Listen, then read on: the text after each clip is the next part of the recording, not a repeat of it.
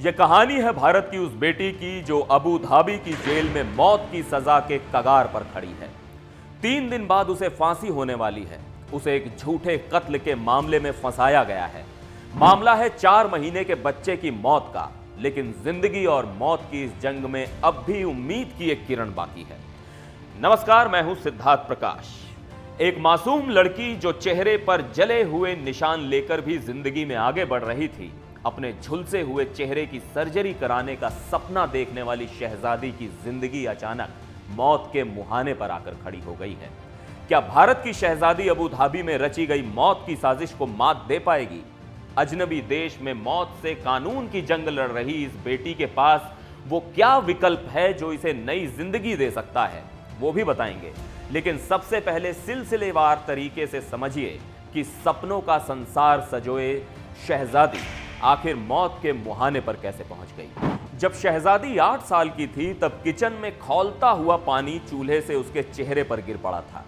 चेहरा और शरीर का कुछ हिस्सा जल गया, लेकिन शहजादी ने हिम्मत नहीं हारी।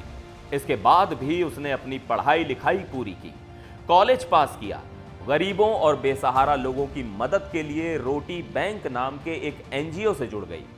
शहजादी का एक ही सपना था कि वो इतने पैसे कमा ले कि प्लास्टिक सर्जरी के जरिए अपने चेहरे को ठीक करा सके।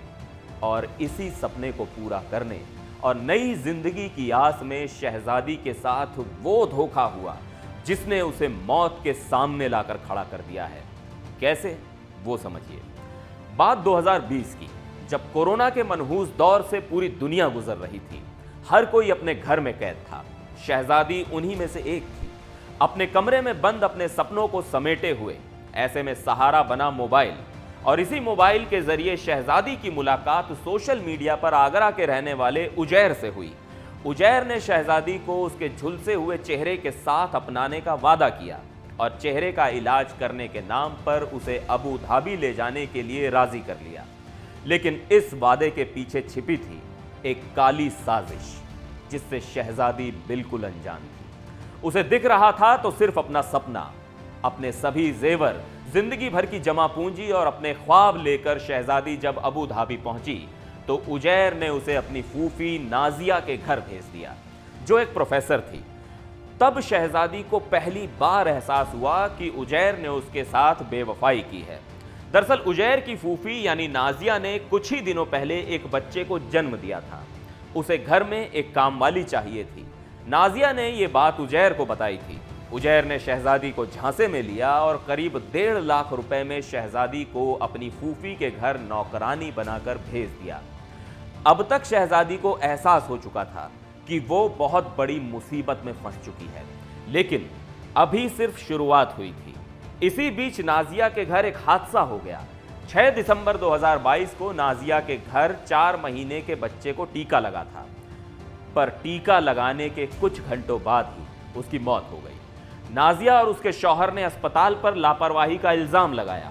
अस्पताल वालों ने पोस्टमार्टम करवाकर सच सामने रखने की बात कही, लेकिन नाजिया पोस्टमार्टम के लिए तैयार नहीं हुई और बच्चे की लाश को यूं ही दफना दिया। कुछ दिन बीतने के बाद शहजादी को लगा कि शायद नौकरानी के काम से मुक्ति मिल जाएगी, लिहाजा वो वापस भारत आने की जिद करने लगी। लेकिन यहां से तो शहजादी की जिंदगी और नरक होने वाली थी। बच्चे की मौत के कुछ दिनों बाद जब शहजादी भारत आने की जिद करने लगी तो नाजिया ने शहजादी को बुरी तरह पीटा, उसके कपड़े उतारे, वीडियो शूट किया और धमकी दी कि वो ये कबूल करे कि उसी ने उसके बच्चे की हत्या की है। अगर वो ये जुर्म कबूल नहीं करेगी तो उसका ये वीडियो भारत में उसके घर वालों को भेज देंगे। भारत में परिवार की बदनामी के डर से मजबूरन शहजादी को जुर्म कबूल करना पड़ा, जिसके बाद शहजादी को गिरफ्तार कर लिया गया। अदालतों ने उसे दोषी मानते हुए मौत की सजा सुना दी और अब शहजादी अबू धाबी की अल वाथबा जेल में बंद है। एक रोज इसी जेल से शहजादी बांदा अपने घर वालों को फोन करती है और तब पहली बार पता चलता है कि 20 सितंबर के बाद शहजादी को कभी भी सजाए मौत दी जा सकती है। अब सवाल यह है कि मुश्किल से हफ्ता भी नहीं बचा है, तो क्या अब भी शहजादी की सजाए मौत माफ हो सकती है? तो जवाब है हां, लेकिन कैसे, वो समझिए। दरअसल यूएई में शारजाह और अबू धाबी में शरिया लॉ है और वहां के कानून के हिसाब से ब्लड मनी के तौर पर एक तय रकम मरने वाले के परिवार को देकर सजाए मौत पाने वाले को मौत की सजा से बचाया जा सकता है। लेकिन इसके लिए जरूरी है कि जिसकी हत्या हुई है उसका परिवार ब्लड मनी लेकर या बिना ब्लड मनी लिए कातिल को माफी दे दे। अब समझिए कि यह ब्लड मनी क्या है। ब्लड मनी यानी कि एक ऐसी रकम जिसे लेने के बाद पीड़ित परिवार दोषी को माफ करने के लिए राजी हो जाए और कोर्ट के सामने उसे माफ कर दे। अब सवाल यह है कि ब्लड मनी के लिए शहजादी के पास पैसा कहां से आएगा, कौन देगा ब्लड मनी? वो नाम है एसपी सिंह ओबरॉय, जो दुबई में रहते हैं। पंजाब के रहने वाले ओबरॉय दुबई के एक बड़े बिजनेसमैन हैं, एपेक्स ग्रुप ऑफ कंपनीज के मालिक। कंपनी के साथ साथ एक जाने माने सोशल वर्कर भी हैं। वो सरबत दा भला चैरिटेबल ट्रस्ट के नाम से एक ट्रस्ट चलाते हैं। 2010 में एसपी सिंह ओबरॉय की जिंदगी तब पूरी तरह पलट गई जब उन्हें खबर मिली कि शारजाह में आपसी झगड़े में एक पाकिस्तानी नागरिक के कत्ल के इल्जाम में 17 हिंदुस्तानियों को मौत की सजा दी गई है। उन्होंने इस केस को लड़ा और अपनी जेब से लगभग $2.2 मिलियन यानी आज के हिसाब से करीब 18 करोड़ रुपए ब्लड मनी की शक्ल में पाकिस्तानी नागरिक के घर वालों को देकर सभी हिंदुस्तानियों की जान बचाई। यूएई में एसपी सिंह का ट्रस्ट मौत की सजा पाए अब तक कुल 142 लोगों को ब्लड मनी दिलवाकर उनकी जान बचा चुका है। इन 142 लोगों में से 82 भारतीय हैं। ऐसे में अब उम्मीद की जा रही है कि शहजादी की भी जान बच सकती है। लेकिन सवाल यही है कि क्या नाजिया और उसके पति ब्लड मनी की बात मानेंगे?